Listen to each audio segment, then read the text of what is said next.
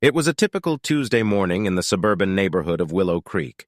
Suzanne stood in the kitchen, her movements swift and practiced as she prepared breakfast for her husband, Frank, and their two children, Julia and Jake. The aroma of freshly brewed coffee and sizzling bacon filled the air, mixing with the sound of children's laughter echoing from the dining room. Frank entered the kitchen, dressed in his usual crisp white shirt and navy blue tie, his hair neatly combed.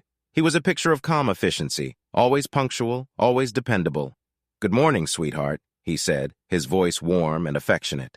He stepped behind Suzanne, wrapping his arms around her waist and kissing her cheek. "Smells amazing, as always." Suzanne smiled, a pang of guilt gnawing at her despite the familiar comfort of his embrace. "Good morning, darling," she replied, forcing cheerfulness into her tone. "Breakfast will be ready in just a minute." Frank released her and moved to the dining table, ruffling Jake's hair and giving Julia a quick peck on the forehead. "You two ready for school?" he asked, his tone light. "Yes, Dad," Jake replied enthusiastically while Julia nodded, her focus on a book she was reading. Suzanne brought plates of eggs, bacon, and toast to the table, setting them down with a practiced flourish. She poured coffee into Frank's favorite mug, the one with the world's best dad slogan, and set it in front of him as she watched happily her family dig into their breakfast. But beneath the surface, Suzanne's life was anything but simple. For months, she had been living a double life, her heart torn between her loving husband and the intoxicating thrill of her affair with Daniel. The secrecy, the stolen moments, and the passion had become an addictive escape from the mundane routine of her suburban life. Frank glanced up from his plate, catching Suzanne's distracted expression. "Everything okay?" "Suze?" he asked, his brow furrowing in concern. Suzanne snapped out of her reverie, plastering a reassuring smile on her face. "Yes, of course, just thinking about the errands I need to run today," she lied smoothly. "I'll make sure everything's perfect for dinner tonight." Frank nodded, satisfied with her response. He finished his breakfast and stood up, checking his watch. "Time for me to head out. Got a busy day ahead." He leaned down to kiss Suzanne on the lips, a brief but tender gesture. "See you tonight. Have a great day, honey," Suzanne replied, her voice steady despite the turmoil inside her. She watched as Frank gathered his things, kissed the kids goodbye, and walked out the door, his presence leaving a temporary void in the cheerful kitchen. As the sound of Frank's car engine faded away, Suzanne's smile disappeared. She glanced at the clock, her heart racing with anticipation and dread. In a few hours, Daniel would be here, and for a little while she would escape the confines of her carefully constructed life. She knew the risks, the potential consequences, but she couldn't stop herself. The thrill was too enticing, the passion too irresistible. Suzanne sighed, pushing away the guilt and focusing on the present. She had a family to care for, a home to maintain, and a facade to uphold. For now, she would play her part, the perfect wife and mother, even as the storm clouds gathered on the horizon of her seemingly perfect life. As soon as Frank's car disappeared down the street, Suzanne's demeanor changed. The mask of the devoted wife and mother slipped away, revealing a woman driven by a dangerous mix of longing and guilt. She quickly tidied up the kitchen, her movements urgent and precise, her mind racing with anticipation. With a glance at the clock, she grabbed her phone and sent a quick message to Daniel, her heart pounding. "He's gone. Come over to our other house across the street. Not here. I will be there." The response was almost immediate. "Be there in 10." Suzanne's pulse quickened. Then she drove to their other new house that Frank built recently. They planned to move there in next month. She darted upstairs to freshen up, checking her reflection in the mirror. Her hands trembled as she reapplied her lipstick and adjusted her hair. The thrill of the affair had become an intoxicating escape from the monotony of her everyday life, but it also filled her with a gnawing sense of dread. She knew the risks she was taking, yet she couldn't bring herself to stop. The doorbell rang and Suzanne hurried downstairs, her excitement palpable. She opened the door to find Daniel standing there, his eyes dark with desire. He stepped inside, and the air between them crackled with tension. Without a word, he pulled her into his arms, their lips meeting in a fervent kiss. "Missed you," Daniel murmured against her lips, his hands roaming her body. "Missed you too," Suzanne breathed, pulling him towards the master bedroom. The world outside faded away as they lost themselves in each other.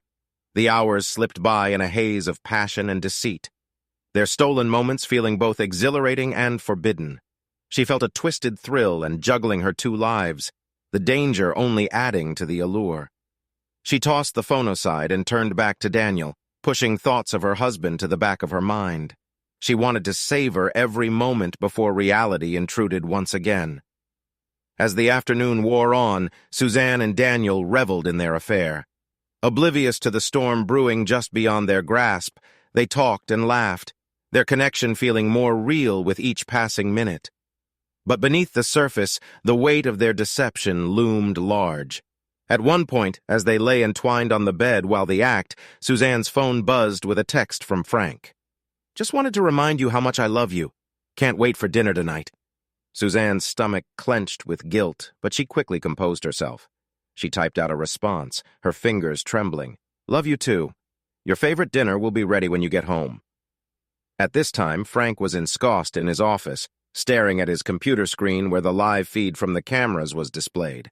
He already installed hidden cameras on his new home for security reasons, and he usually checking those every day as a habit. Suzanne don't know anything about this. Suddenly, the feed shifted. Suzanne appeared on the screen. Frank's vision started to blur with rage and heartbreak. He gripped the edge of his desk, his knuckles white as he watched the scene unfold. Suzanne and Daniel and their newly booled master bedroom and naked in the act, their interactions growing increasingly intimate. Frank's stomach churned as he saw them kissing passionately, their bodies pressed together in a way that made his heart ache. The camera captured every moment, the betrayal laid bare in real time. Frank saw Suzanne's hands roam over Daniel's body, their connection physical and emotional. At one point, Suzanne's phone buzzed on the coffee table. With a mix of dread and disbelief, Frank watched as she picked it up and typed a message. The text was addressed to Frank. "Love you too? Your favorite dinner will be ready when you get home?" Frank's breath hitched. The irony of her message sent while she was entangled with another man felt like a knife twisting in his heart. The deception was complete. The final thread of trust severed. Suzanne's duplicity, her cold manipulation, was laid bare before him. He could barely process the storm of emotions crashing over him, anger, betrayal, and profound sadness. As the camera feed continued, Frank saw Suzanne and Daniel laughing and talking, their faces flushed with post-coital satisfaction. Frank drove to home. He has a revenge plan. Frank's message to Suzanne was sent with a cold, calculated precision, each word a blade of betrayal. As he hit send, he felt a fleeting sense of satisfaction, a twisted form of justice for the deep wound Suzanne had inflicted. The message read, "Isn't your lover's Johnson size enough to satisfy you?" Suzanne's reaction was immediate. Her phone buzzed with the incoming message, and she glanced at it with a casual indifference that quickly morphed into shock. Her eyes widened as she read the text, her face draining of color. The room seemed to spin as she processed the gravity of Frank's words. She looked at Daniel, his satisfaction replaced by a look of confusion. "What's wrong?" Daniel asked, his voice tinged with concern. Suzanne shoved him away, her heart racing. "I need to go, now." Daniel's confusion turned to worry as Suzanne scrambled to gather her things. "Suzanne, what's happening? There's no time to explain." Frank knew everything. She snapped, her panic palpable. She grabbed her coat and bolted for the door, barely registering Daniel's concern calls behind her. Suzanne's drive home was a blur of fear and regret. The road seemed interminable, her thoughts a chaotic whirlwind of what-ifs and dire scenarios. Every stoplight felt like a cosmic joke, prolonging the agony of her journey. She rehearsed excuses and apologies, but deep down, she knew there was no way to undo the damage. As she pulled into the driveway, Suzanne's stomach dropped. The house, usually a sanctuary of familiarity and warmth, now seemed ominous in its silence. She fumbled with her keys, her hands shaking uncontrollably. With a deep breath, she pushed open the door and stepped inside. The house was eerily quiet. The air felt thick with a palpable sense of absence. Suzanne's footsteps echoed as she moved through the rooms, her heart pounding in her chest. The once comforting home was now a shell of its former self. Her panic heightened when she noticed that every trace of Frank and their children was gone. The family photos that had adorned the walls were missing. leaving behind bare patches where they had once hung. Drawers and closets were open, their contents scattered as if someone had hastily packed them. Suzanne's gaze fell upon the kitchen counter, where a single note lay atop the polished surface. She approached it with trepidation, her breath catching in her throat. The note was written in Frank's precise handwriting, each letter sharp and deliberate. The words cut through her like a knife. Hope he was worth it. Homeless bitch. You have no idea what's coming next. Suzanne's knees buckled as she read the note, her mind struggling to comprehend its contents. The realization that Frank had not only left, but had also taken everything with him, down to the last valuable possession, hit her like a tidal wave.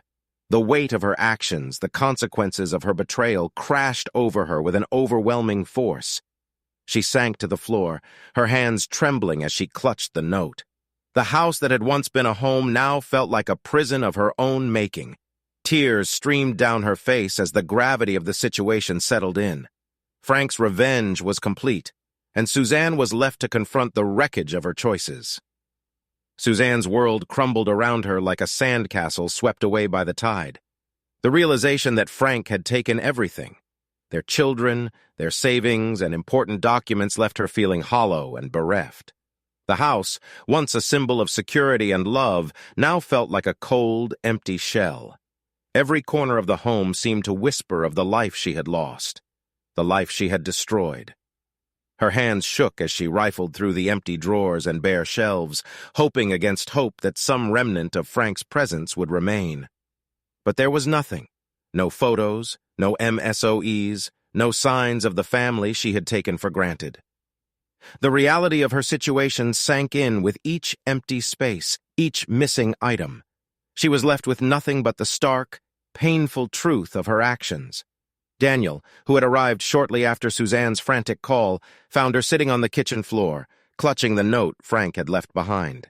His attempts to comfort her seemed futile in the face of the overwhelming despair that enveloped her. He put a hand on her shoulder, his voice gentle but inadequate. "Suzanne, I'm here for you. We'll figure this out." Suzanne looked up at him, her eyes red and swollen from crying. "Figure what out? Frank took everything. Our kids?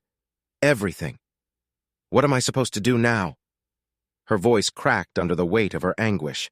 Daniel's face was a mask of sympathy and helplessness. "We'll find a way, Suzanne. We'll sort this out together." But Suzanne's mind was already far beyond Daniel's reassurances. The betrayal she had been part of was not just personal. It had far-reaching consequences that she could no longer ignore. The illusion of safety and stability she had lived under was shattered. She felt exposed, vulnerable, and deeply remorseful. Meanwhile, Frank was consumed by a different kind of turmoil. His anger had morphed into a cold, calculated resolve. The betrayal had awoken a darkness within him, a fierce determination to make Suzanne and Daniel pay for the upheaval they had caused in his life. He had watched them with a careful eye, documenting every detail of their affair and their lives after the split. Now the time had come to act. Frank's plan was intricate and ruthless. He hired a private investigator to keep tabs on Suzanne and Daniel, gathering evidence of their lives together. He wasn't interested in merely causing inconvenience. He wanted to ensure that their lives were as shattered as his own had become. He sought out an old contact, a man with a reputation for handling sensitive matters with extreme discretion. This man, a hitman with a history of making problems disappear, was exactly what Frank needed to complete his plan for vengeance. Frank knew that achieving his goal required a more drastic measure. He reached out to a contact from his past, a figure whose reputation was steeped in whispers of discretion and efficiency. The man was known in certain circles for handling problems with a chilling level of competence, problems that involved making people disappear without leaving a trace. This contact was a hitman named Victor, a name that carried weight in the underworld. Frank's meeting with Victor was held in a dimly lit, upscale restaurant, far removed from the world of espionage and deceit. The setting was intentionally neutral, reflecting Frank's desire for a clean, untraceable arrangement. Victor, a man in his late 40s with a calm demeanor and sharp eyes, listened intently as Frank laid out his plan. "I need this done cleanly," Frank said, his voice steady despite the turmoil roiling inside him. "No mess, no attention. I want them to understand the gravity of their actions, but I don't want any trace of who's behind it." Victor nodded, his expression inscrutable. "Understood. I'll make sure it's handled discreetly. You'll have to trust that I'll deliver." Frank handed over a substantial sum of money, a down payment that spoke volumes about his commitment to the plan. Victor took the money without comment, his focus already shifting to the task ahead. The hitman's reputation was built on his ability to be precise and untraceable, qualities that Frank needed more than anything. As Victor prepared to execute the plan, Frank found himself consumed by a cold, detached satisfaction. The pain of his betrayal was now intertwined with a calculated desire for justice. He watched from the sidelines as Victor worked his methods, each step meticulously orchestrated to avoid any misstep. For Frank, this was not just about revenge. It was about reasserting control over a life that had been upended by Suzanne's betrayal. As Victor's work moved forward, Frank's role was that of a shadowy puppet master pulling strings from a distance. The plan, now in motion, promised a resolution that was both ruthless and final, a reflection of the depth of Frank's anguish and his relentless pursuit of retribution. Suzanne and Daniel were living under the oppressive weight of fear. They moved to Daniel's apartment, their attempts to rebuild their lives constantly overshadowed by the lingering threat Frank's note had foreshadowed. They moved through their days with a heightened sense of paranoia, their every action tinted with the apprehension that someone was watching them. Despite their efforts to live normally, the sense of unease knotted them, making even the simplest tasks fraught with tension. They had decided to go out for dinner, hoping that a change of scenery might offer them a brief respite from the relentless fear that clouded their existence. The evening was meant to be a distraction, a chance to reconnect and forget, if only for a few hours. As they returned home, the darkened streets and empty sidewalks seemed to press in around them, heightening their sense of vulnerability. Unbeknownst to them, Victor, the hitman hired by Frank, was already in position. He had been tracking their movements with the precision of a predator, stalking its prey. His plan was executed with chilling efficiency, every detail meticulously calculated to ensure success. The attack was swift and brutal, striking with a ruthless efficiency that left no room for escape. Suzanne and Daniel had just unlocked the door to their apartment when Victor pounced. His movements were silent and practiced, a ghost in the night. He overpowered them quickly, his actions calculated to ensure maximum impact with minimal resistance. The scene that unfolded was one of chaotic violence, carefully staged to create the illusion of a robbery gone wrong. Victor had left a trail of evidence designed to mislead any investigation, making it appear as though a burglary had escalated into a violent confrontation. Items were strewn about the apartment, as if in a frenzied search for valuables, adding to the facade of a botched robbery. When the police arrived the next morning, the sight was one of gruesome devastation. Suzanne and Daniel's bodies were found in their living room, the scene a grotesque tableau of violence. The apartment had been ransacked, personal belongings scattered as though in a hurried search. Bloodstains marred the once pristine carpet, and the faint echo of violence lingered in the air. The police were baffled by the scene. There were no obvious signs of forced entry beyond the initial break-in, and no clear motive for the violence beyond what appeared to be a botched robbery. The investigation began with standard procedures, but the complexities of the case soon emerged. Surveillance footage from nearby cameras offered no clear clues, and witnesses were scarce or unhelpful. As days turned into weeks, the case quickly went cold. The lack of evidence and the chaotic nature of the crime made it difficult for investigators to piece together a coherent picture of what had happened. The apartment remained sealed off as a crime scene, the air of unresolved mystery hanging heavy over it. Suzanne and Daniel's deaths were classified as an unsolved case, their lives snuffed out in a manner that left more questions than answers.